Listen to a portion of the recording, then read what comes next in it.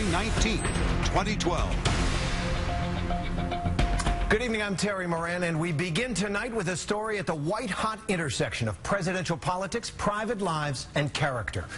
Former Speaker of the House Newt Gingrich is surging in South Carolina, where voters go to the polls Saturday.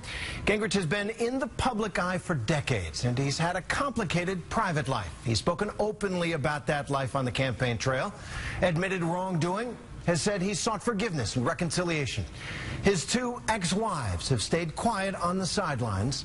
Tonight, ABC's Brian Ross investigates. Brian? Terry, tonight one of them is breaking her silence. His second wife, Marianne, saying she does not believe Gingrich has the moral character necessary to be president. Marianne Gingrich was married to Newt for 18 years when he asked her for a divorce. It started with a phone call at my mother's house, and he asked for a divorce. And on the phone? On the phone. And he said, I want a divorce. I said, is there somebody else? And it was quiet. And I knew. Now, 12 years later, Marianne Gingrich is talking on television for the first time. A kind of January surprise for her ex-husband as he faces a crucial presidential primary in South Carolina this Saturday. If he's running for president, he has answers to give. You know his secrets. You know his skeletons. I know some of them. Gingrich is now married to that somebody else, the other woman, Callista, a devout Catholic who has claimed she was Newt's mistress for some 6 years while he was still married to Marianne. I found out during our conversations that it was occurring in my bedroom in our apartment in Washington. And he always called me at night. He always ended with, I love you. Well, she was there listening. Right next to him. In my home. Washington is a place full of two-timing politicians with a long trail of sordid affairs, ugly divorces, and hypocrisy. For our family. As Speaker of the House, in the middle of his own secret affair with Callista, Gingrich was calling for the impeachment of President Bill Clinton for lying about his affair with Monica Lewinsky. There is no administration in American history with less moral authority than the Clinton-Gore administration. And now, as a candidate for president, Gingrich regularly expounds on family values and the sanctity of marriage between a man and a woman. And it's something worth protecting and upholding. But he has also freely admitted to his moral failures. I've said up front openly, I've made mistakes at times. I've had to go to God for forgiveness. I've had to seek reconciliation. Marianne says Gingrich has never asked her for forgiveness, and that when first seeking a divorce, Newt actually asked her for an arrangement under which he could have both a wife and a mistress. I said to him, Newt, we've been married a long time. And he said, yes, but you want me all to yourself. Callista doesn't care what I do. What was he saying to you, you think? He was asking to have an open marriage, and I refused. He wanted an open marriage? Yeah, that I accept the fact that he has somebody else in his life. And you said? No. No. That is not a marriage. Gingrich asked for a divorce from his first wife, Jackie, while she was being treated for cancer. He sought to divorce Marianne, she says, months after she was diagnosed with multiple sclerosis, MS. Did he know you had MS? Yes.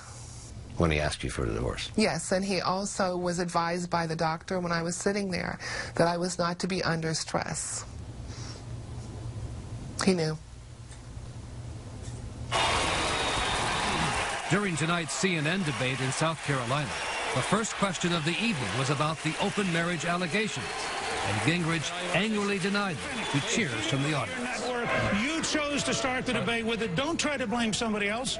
You and your staff chose to start this debate with it. Now, let me be quite clear. Let me be quite clear. The story is false. Every personal friend I have who knew us in that period says the story was false. Earlier, the campaign also made available his two daughters from his first marriage. The truth, Brian, is that our father and Marianne had a difficult marriage. They had a difficult divorce. She's unhappy, and this has been for over a decade. He's a much different person than he was then. He's grown. He's gotten closer to God. His faith in God has grown. And I think what people need to remember is this happened a very long time ago, and we wish Marianne no ill will. We wish her the very best, but it happened a long time ago. Marianne Gingrich says she does have many fond memories of Newt, holding hands on the mall, hiking the mountains, dressing up on Halloween, a time when she says they were without power or much money. Did that create a desire to get rich? I think we always talked that money would come when he left Congress. Will the gentleman from Georgia please raise his right hand? But while still in Congress, as Gingrich became Speaker of the House, they traveled the world, even as he and she were caught up in several ethics investigations. On this issue, Marianne defends her ex-husband. Is he an ethical man? At the time, I believed him to be ethical. Marianne herself became the subject of an FBI sting investigation after meeting in Paris with a notorious arms dealer who was working as an undercover government source. The investigation was ultimately dropped, but a 1997 FBI document obtained by ABC News says Gingrich told the source that she was in a position to get things done in Congress and asked for $500,000 for herself up front as part of an alleged $10 million bribe to buy influence with her husband, the Speaker of the House. This is all made up, fabricated, hogwash. This is a convicted felon talking with people that have nothing to do with me. But you met with him. I did meet with him. It would cost $10 million to get the job done. Did you ever try to sell your husband's position? Heavens, no. Newt Gingrich lost his power as Speaker of the House and resigned from Congress in 1998. A year later, he asked for a divorce and, says Marianne, began to plan his campaign to run for president with Callista by his side, who is probably best known in this campaign for the hundreds of thousands of dollars worth of jewelry Gingrich bought for her at Tiffany's. He did tell me once that she was going to help him become president. What was your reaction to that? Didn't look like help to me. We asked the Gingrich campaign if he would appear tonight in our report, but they declined to make him available.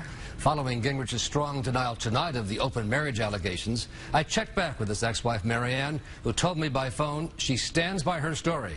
My story is the truth, she told me. If he had really changed, he could have stepped up tonight and said he was sorry, but he never has. So that is her reaction tonight, Terry. And a tough one it is, Brian. And as you know, this story has sparked a lot of controversy. And tonight at that CNN debate in South Carolina, Newt Gingrich spoke out passionately about the whole subject, after moderator John King had made it the focus of his first question. I think the destructive, vicious, negative nature of much of the news media makes it harder to govern this country, harder to attract decent people to run for public office, and I am appalled that you would begin a presidential debate on a topic like that, to take an ex-wife and make it 2 days before the primary. A significant question in a presidential campaign is as close to despicable as anything I can imagine. So you have the story, Newt Gingrich's reaction, and the debate and campaign continue. Brian Ross, thanks very much for that.